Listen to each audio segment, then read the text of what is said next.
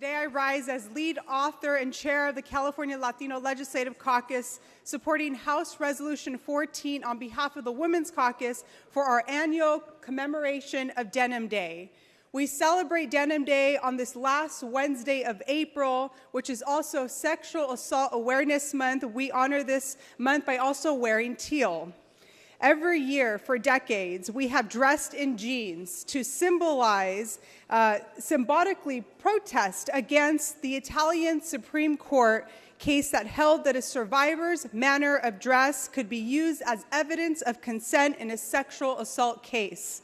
We post on social media proclaiming that a survivor's manner of dress should never be used against them when seeking justice.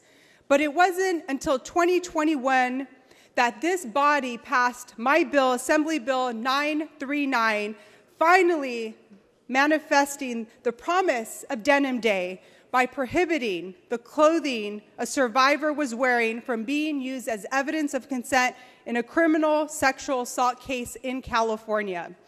To ever have considered whether a survivor's manner of dress as evidence of consent wrongly scrutinizes the actions of the survivor instead of placing the scrutiny where it truly belongs on the actions of the perpetrator.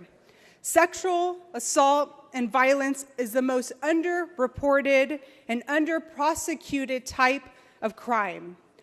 We must make sure that survivors are not subjected to a justice system that re-victimizes and re-traumatizes them and ensures that our justice system continues to protect them when they seek justice.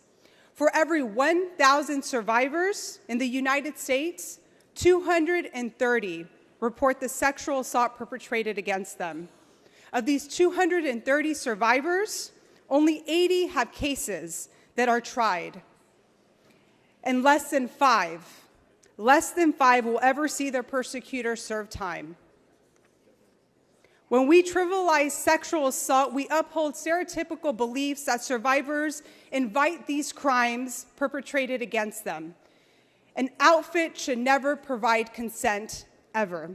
For several years, I have dedicated myself to ensure that we have trauma-informed policies for sexual assault survivors. My commitment continues to be unwavering.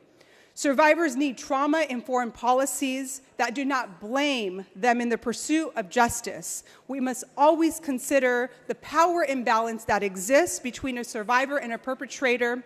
We must continue to eliminate harmful policies that enable violence, silence survivors, and reduce access to justice for survivors of sexual violence.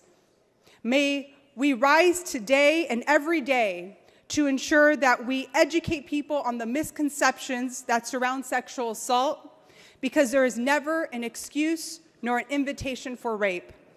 I would like the first roll be open for co-authors, and for these reasons respectfully ask for an aye vote on H.R. 14.